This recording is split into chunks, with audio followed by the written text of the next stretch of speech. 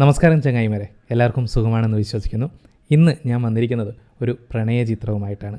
Me before you എന്നാണ് സിനിമയുടെ പേര്.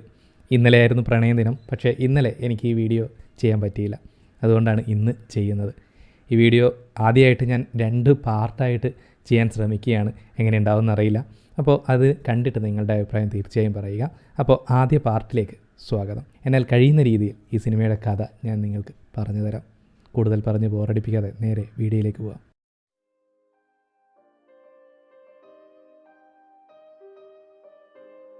വില്ലെന്ന പണക്കാരനായ ചെറുപ്പക്കാരൻ, അവന് ഒരു കാമുകി.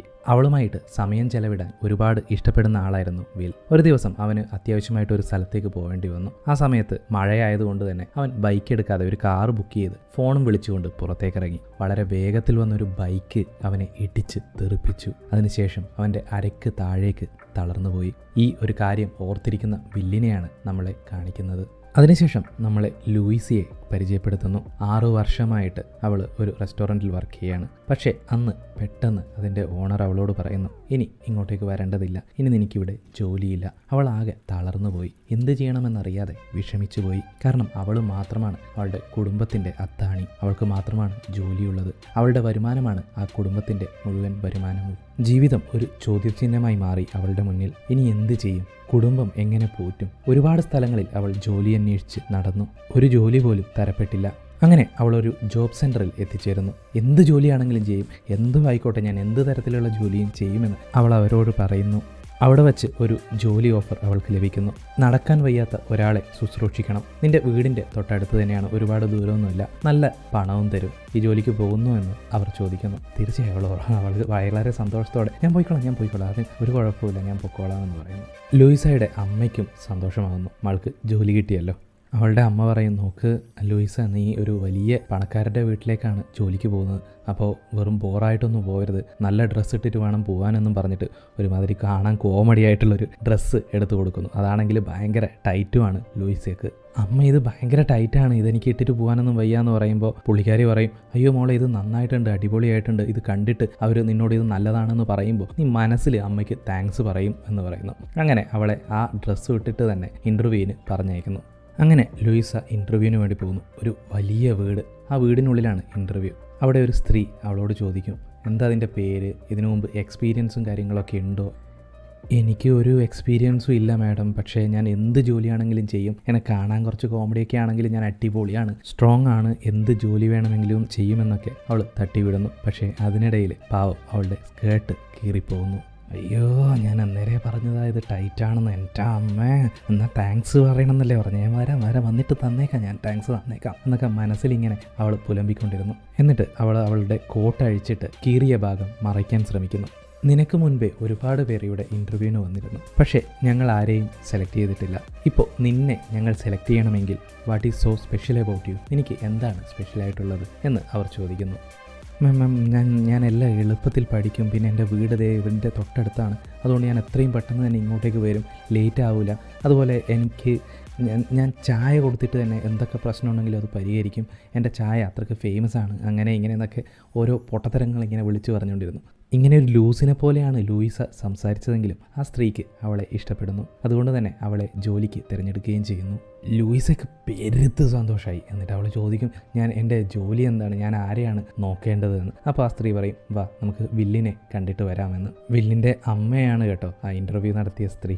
എന്നിട്ട് അവളെയും കൂട്ടിയിട്ട് വില്ലിൻ്റെ അടുത്തേക്ക് പോകുന്നു. പാവം ലൂയിസ, അവളുടെ സ്കേർട്ട് കീറിയിട്ടല്ലേ ഉള്ളത്, അതുകൊണ്ട് ഒരുമാതിരിയാണ് നടക്കുന്നത്, കൃത്യമായിട്ടൊന്നും നടക്കാൻ പറ്റുന്നില്ല. അത് കവർ ചെയ്ത് അങ്ങനെ നടന്നുകൊണ്ടിരിക്കുകയാണ്. ആ സമയം വില്ലിൻ്റെ അമ്മ വില്ലിനെക്കുറിച്ച് അവളോട് പറയുകയാണ്. വില്ല് എപ്പോഴും ഒറ്റയ്ക്കാണ് ഇരിക്കാറ്, വളരെ പെട്ടെന്ന് തന്നെ ദേഷ്യം വരും.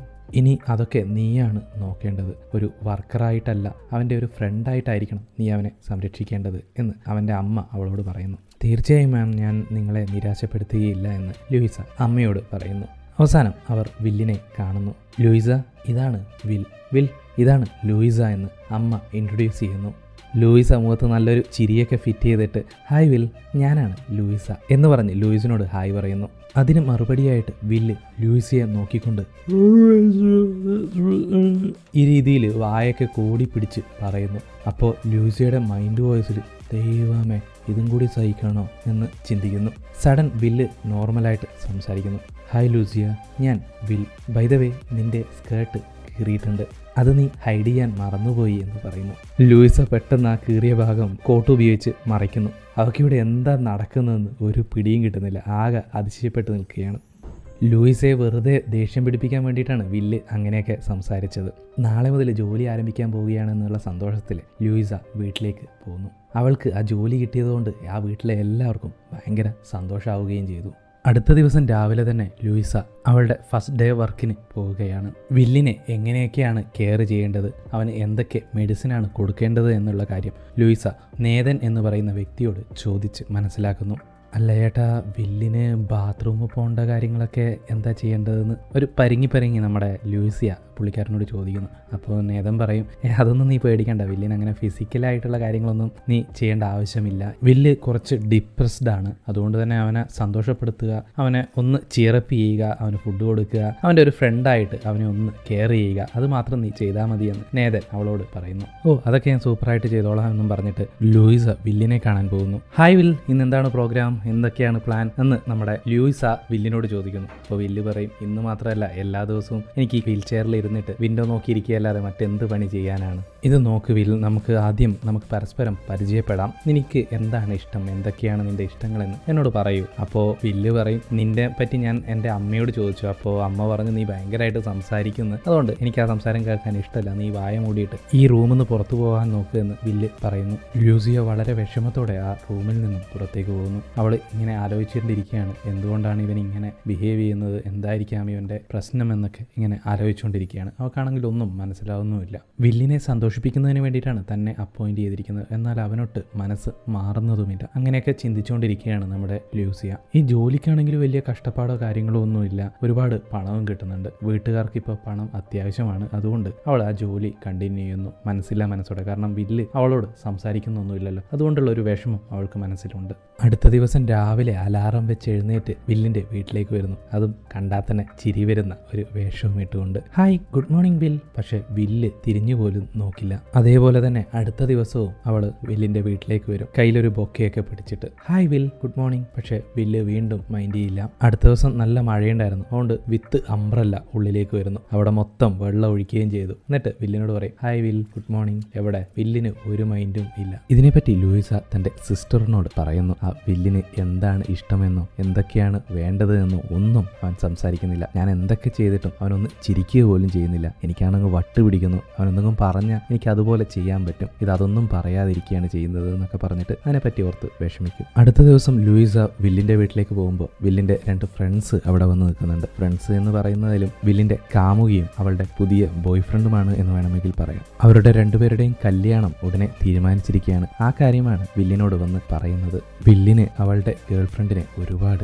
ഇഷ്ടമാണ്. പക്ഷെ വില്ലിന് ആക്സിഡന്റ് പറ്റിയതിൻ്റെ അടുത്ത ദിവസം തന്നെ അവനെ കൊണ്ട് നടക്കാൻ പറ്റില്ല എന്നറിഞ്ഞ ഉടനെ തന്നെ അവൾ വില്ലിനെ വിട്ടുപോയി. പച്ചമലയാളത്തിൽ സാഹചര്യം മൂലമുണ്ടായ ഒരു തേപ്പ് എന്ന് പറയാം. കല്യാണത്തിന് വില്ലിനെ ക്ഷണിക്കുന്നതിന് വേണ്ടിയിട്ടാണ് അവർ വന്നിരിക്കുന്നത്. വില്ലിന് വളരെയധികം വിഷമമാവും. പക്ഷെ അതൊക്കെ മറച്ചു വെച്ച് ഞാൻ സന്തോഷവാനാണ് എന്നുള്ള രീതിയിൽ അവരെ പറഞ്ഞയക്കും. അതിനുശേഷം റൂമിലേക്ക് വന്ന് അവളുടെ ഫോട്ടോസ് എല്ലാം വലിച്ചെറിഞ്ഞ് പൊട്ടിക്കും. അപ്പോൾ നമ്മുടെ ലൂയിസ എന്താ ചെയ്യാന്നറിയോ, ഈ പൊട്ടിപ്പോയ ഫ്രെയിംസ് ഒക്കെ പശ തേച്ച് ഒട്ടിച്ചു വെക്കുകയാണ്. അപ്പോൾ വില്ല് പറയും, ഇതൊന്നും നിന്റെ പണിയല്ല, വെറുതെ ആവശ്യമില്ലാത്ത കാര്യങ്ങളൊന്നും ചെയ്യാൻ നിൽക്കരുത്, ആവശ്യമില്ലാത്ത കാര്യത്തിൽ തലയിടാൻ നിൽക്കരുത് എന്ന് പറയുന്നു. അപ്പോൾ ലൂയിസ പറയും, ഇല്ല, ഇതും എൻ്റെ ജോലി തന്നെയാണ്, ഞാനല്ലാതെ മറ്റാര് ചെയ്യാനാണ് ഇതൊക്കെ. ഞാൻ നിന്നെ ജോലിയിൽ നിന്ന് പിരിച്ചുവിട്ടാൽ നീ എന്ത് ചെയ്യും? അതിന് നിങ്ങളല്ല എന്നെ ജോലിക്കെടുത്തത്, നിങ്ങളുടെ അമ്മയാണ്. അമ്മ പറയുന്നത് വരെ ഞാൻ ഇവിടെ ഉണ്ടാവുകയും ചെയ്യും എന്ന് ലൂസിയ മറുപടി പറയുന്നു. ഞാൻ ചെയ്യുന്നത് നിങ്ങൾക്ക് ഇഷ്ടപ്പെടുന്നില്ലെങ്കിൽ എന്നോട് മിണ്ടാതിരിക്കും, ഞാനും മിണ്ടില്ല, അല്ലാതെ എൻ്റെ ജോലി തടസ്സപ്പെടുത്താൻ ശ്രമിക്കല്ലേ എന്ന് പറയുന്നു. അപ്പോൾ വില്ല് ഒന്നും മിണ്ടാതെ പാവം അകത്തേക്ക് പോകും. വില്ല് അവൻ്റെ റൂമിൽ പോയി വിൻഡോ നോക്കിക്കൊണ്ട് ഇരിക്കാൻ തുടങ്ങി. മഴയും പെയ്യുന്നുണ്ട്. അപ്പോൾ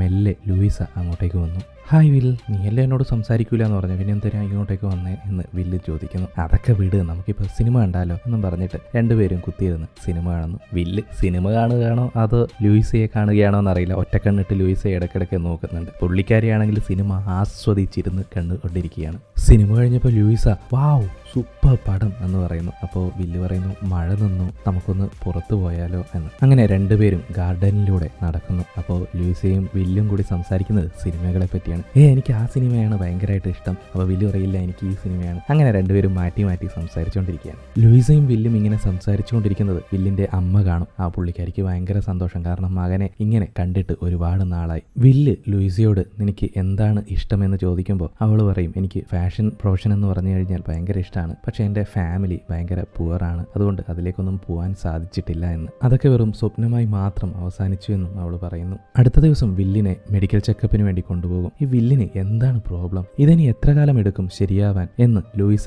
നേതനോട് ചോദിക്കുന്നു. വില്ലിന്റെ അസുഖം ഒരിക്കലും മാറില്ല, ഇനി എന്തൊക്കെ ട്രീറ്റ്മെന്റ് ചെയ്താലും അവന്റെ വേദനയ്ക്ക് ഒരല്പം പോലും ശമനം നൽകാൻ നമ്മൾക്കാകില്ല. ഇപ്പോഴും പെയിൻ കില്ലർ മാത്രമാണ് അവന്റെ ജീവൻ നിലനിർത്തുന്നത്. ഓരോ ദിവസവും വേദന കൊണ്ട് പുളയുകയാണ് അവൻ എന്ന് നേതൻ മറുപടി പറയുന്നു. ലൂയിസ വില്ലിനെ കാണുന്നു, അവൻ വേദന കൊണ്ട് പുളയുകയാണ്. ഇങ്ങനെ മാസങ്ങൾ കടന്നുപോയി. ഒരു തണുപ്പ് കാലം. തണുപ്പ് കൂടുതലായതിനാൽ വില്ലിന് സുഖമില്ല. എന്ത് ഭക്ഷണം കൊടുത്താലും അവൻ കഴിക്കുന്നുമില്ല. വീട്ടിൽ മറ്റാരും ഇല്ല, ലൂയിസ മാത്രമേ ഉള്ളൂ. അപ്പോൾ ലൂയിസക്ക് പേടിയായി. അവള് നേരെ നേതനെ വിളിച്ച് പറയുന്നു. അങ്ങനെ നേതനും അവിടേക്ക് വന്നിട്ട് വില്ലിനെ രണ്ടുപേരും കൂടിയിട്ട് പരിചരിക്കുന്നു.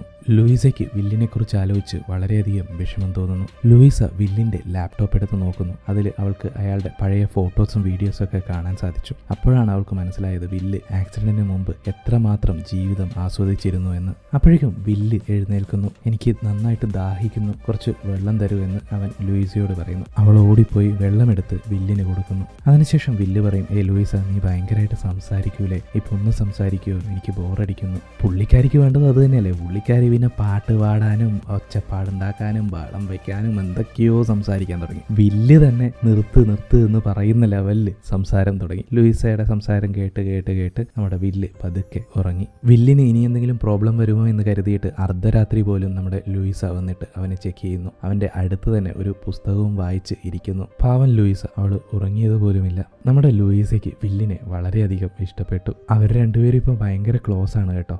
എത്രമാത്രം എന്ന് വെച്ച് കഴിഞ്ഞാൽ ഇപ്പോൾ നമ്മുടെ നേതം വന്നിട്ട് വാ എനിക്ക് ഷേവ് ചെയ്ത് തരാമെന്ന് പറഞ്ഞു കഴിഞ്ഞാൽ അയ്യോ എനിക്ക് ഷേവ് ഒന്നും ചെയ്യേണ്ട എന്നാണ് വില്ല് മറുപടി പറയുക. പക്ഷേ ലൂയിസ പറഞ്ഞ അപ്പോൾ മുഖം നീട്ടിക്കൊടുക്കുകയും ചെയ്യും. ഒരു ദിവസം വില്ലിന്റെ അച്ഛനും അമ്മയും സംസാരിക്കുന്നത് നമ്മുടെ ലൂയിസ കേൾക്കാനിടയായി. അത് കേട്ടതും ലൂയിസ ആകെ ഞെട്ടിത്തരിച്ചുപോയി.